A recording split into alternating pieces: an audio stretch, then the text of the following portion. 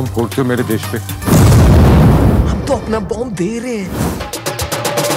Hello বন্ধুরা, কি অবস্থা, কেমন আছেন সবাই? তো যাই হোক, কিছুদিন আগে মুক্তি পেয়েছে আপকামিং ইন্ডিয়ান হিন্দি ল্যাঙ্গুয়েজের comedy drama film son of Sardaar 2। Recently সিনেমাটি আমি দেখেছি, তো চলুন দেখা যাক কেমন হয়েছে এই সিনেমাটি। অজয় দেবগনের কি সিনেমা এসেছে রে ভাই, কি আর বলবো, একদমই মাইন্ডলেস, ভ্যালুলেস, নো লজিক। এর আগে তার অন্য সিনেমার সিকুয়াল পার্টে ভালোই পারফরমেন্স করেছে, লেকিন এইবার তেমন একটা হাইপ দেখা যাচ্ছে না। এর জন্য হয়তো এর রিলিজ ডেট 1 উইক ডিলে করা হয়েছে, নাকি সাইয়ারার বক্স অফিস কালেকশনের বয়ে, ওইসব আপনি ডিসাইড করেন। বাই দ্য ওয়ে, সিনেমার স্টোরি যে এখানে অজয় দেবগন ইয়ানি জেসি ধোকায় পড়ে ডিভোর্স হয়ে গেছে, আর অপর দিকে রয়েছে মৃণাল ঠাকুর, সে একজন ডিভোর্সি, তার একটি পাকিস্তানি ফ্যামিলি রয়েছে, আর ওই ফ্যামিলিতে একটি মেয়ে রয়েছে, তার সাথে লাভ ইন্টারেস্ট এক ইন্ডিয়ান আমির ফ্যামিলির ছেলের সাথে।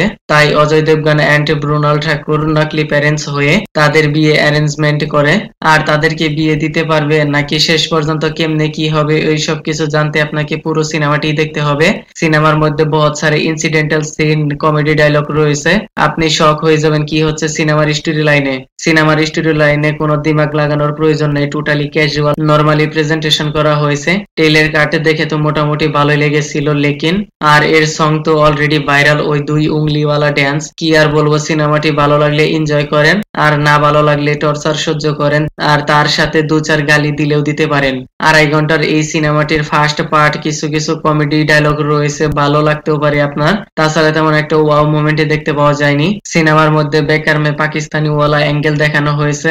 বলিউডের ম্যাক্সিমাম সিনেমা এই পাকিস্তানি ওয়ালা অ্যাঙ্গেল ছাড়া কমই কমই মনে হয়। এই অ্যাঙ্গেল নিয়ে সিনেমার মধ্যে ফোর্সফুল ড্রামা কমেডি সিন দেখতে পাওয়া গেছে, শুধুমাত্র বর্ডার ওয়ালা সিন কিছুটা ভালো লেগেছে। আর সেকেন্ড পার্টে বহুত সারে ইনসিডেন্টাল সিন, ড্রামা দেখতে পাওয়া গেছে, তার সাথে সম্পর্কের কনফিউশন বেশি দেখা গেছে, বিশেষ করে এই মেয়েটির পিতামাতা কে।